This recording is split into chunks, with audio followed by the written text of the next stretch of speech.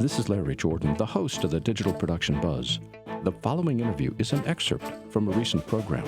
To hear the entire program, visit digitalproductionbuzz.com.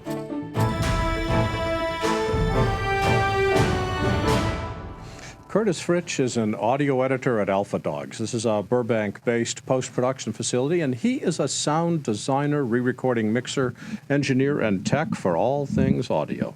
Tonight, we want to learn about what it takes to prep audio for international distribution. Hello, Curtis. Welcome. Hey, Larry. How's it going? Thanks for having me. We are delighted to have you on. How does audio need to change for international distribution? Well, for international distribution, they like to dub it into their own languages if they're not going to subtitle it.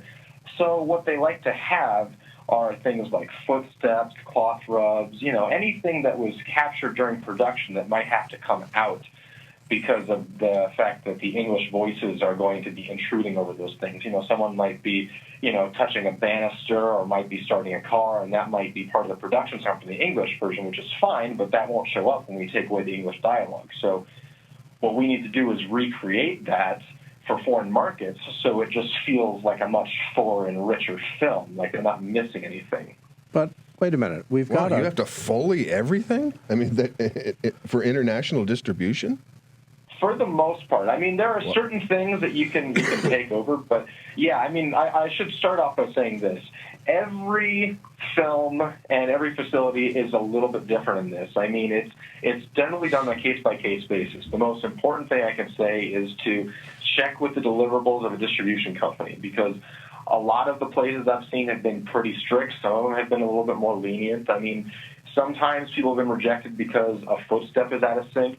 Other times, they've just taken a lot of stuff from production, put it in, and they said this is a pass. So it really depends on who is doing your QC and which markets you're going to also. So it's not an exact science. You really should check your deliverable requirements and possibly talk to someone that will be distributing your movie as well. Well, now, let's back up about 2 steps. When I'm creating my film, I'm creating a final stereo pair.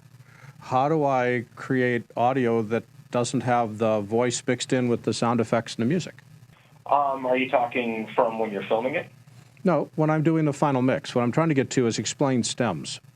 Oh, okay. So, yeah, for the most part, you want to take your dialogue and put that separate from your effects and then separate that from music. Is that what you're talking about? Yep.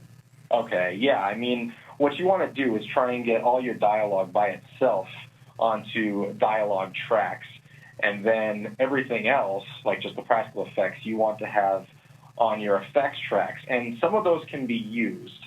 Some of them may not be. I mean, if it's, I've had people complain that said, this sounds too much like production. We need it to actually sound like it's not production. So it's an interesting process, learning what certain places like and what certain people like. I've been told, I didn't do this personally, but I've been told that in Japan, apparently people kiss differently. So if there's a kiss from production, they may not like it. They may reject it over that.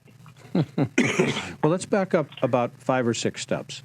When we're recording audio in production, are we going to record audio any differently in production, knowing that we're going to go international, or is production exactly the same? Production is pretty much exactly the same you want it to be, because, the thing you most likely want to do is just record some of the stuff on sets, like maybe some footsteps, definitely get a good amount of room tone in there, just some of the sounds that you think might have been canceled out. Like if you've got a car that is being used on set for that day, the best thing to do would be to try and take a little bit extra time, maybe record some stuff from that car when it's not being filmed, just to get some wild takes of that car sound. That's a good one. In recording and production, we record whether we're going international or not the same way.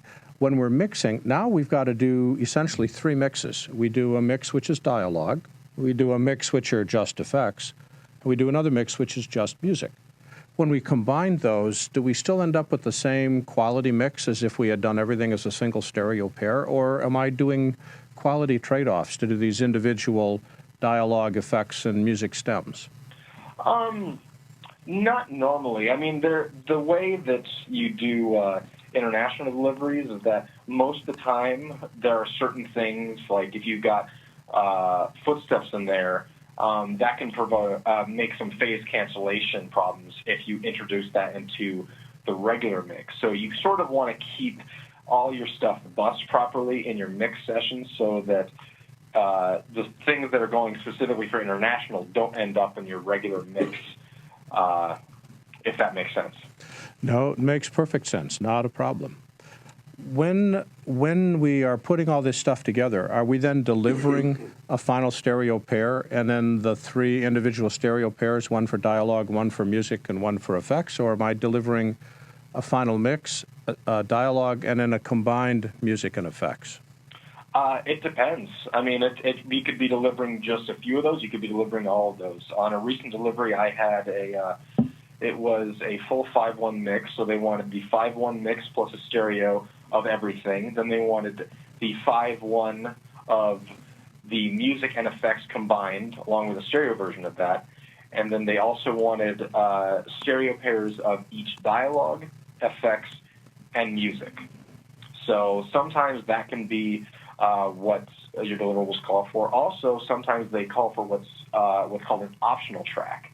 An optional track consists of vocalizations that do not involve words, but may be useful to them, like it would be breaths, gasps, sighs, things like that. That can be used. They may not use them, but it's good to have. So stuff like that may be called for. I mean, the most important thing to know, in my opinion, for doing foreign deliverables is for delivering to foreign market is just to know your deliverables. Read your spec sheets. Read the requirements from any foreign distribution company and ask them questions. Be specific. The thing you have to do is find someone that, you may need to ask for an M&E supervisor. Ask for someone for clarification, because the last thing you want this to do is be rejected and it to come back and say, okay, well, what did we mess up on? I mean, that's just something you want to avoid as much as possible. So Curtis, I have to tell you a story before we run out of time, because what you say makes perfect sense, except it doesn't exist in the real world in a lot of cases. A friend of mine was delivering a show to a network, and they had 9 pages of what the video specs were going to be, but there wasn't a word about audio. So they called the cable head in. It was a cable network. They called the cable head in. They said, we need to know what the audio specs are for delivery. Well, the cable headquarters sent them over to Master Control, which is in New Jersey, and New Jersey Master Control answered the phone and said, what do you want to know? They said, what audio specs do you need for delivery? There was a very long pause at the other end of the phone, and finally this gruff voice gets on and says, well, do what you always do, and hung up the phone. So sometimes you need help. Yeah, wow. I had no idea it was this complicated. So I agree. That's actually something I've dealt with too. Yeah, in an ideal world, you do want to talk to someone. I talked to someone who said, well, if there's something missing, we'll catch it. So just make sure it's good. And that was the direction I was given. So yeah, I mean, that's the best thing you can do is just, try and recreate as much as possible. Don't miss anything. Don't have anything out of sync. It's not easy. That's, the best way to do it is just trial by fire and just talk to people who've done it before. That's another good piece of advice. We have several mixers on staff here. Are you worrying about international audio levels like the LUF standard that the EU requires or the CALM Act when they're doing stuff for the U.S.? Are you mixing to now government-mandated levels?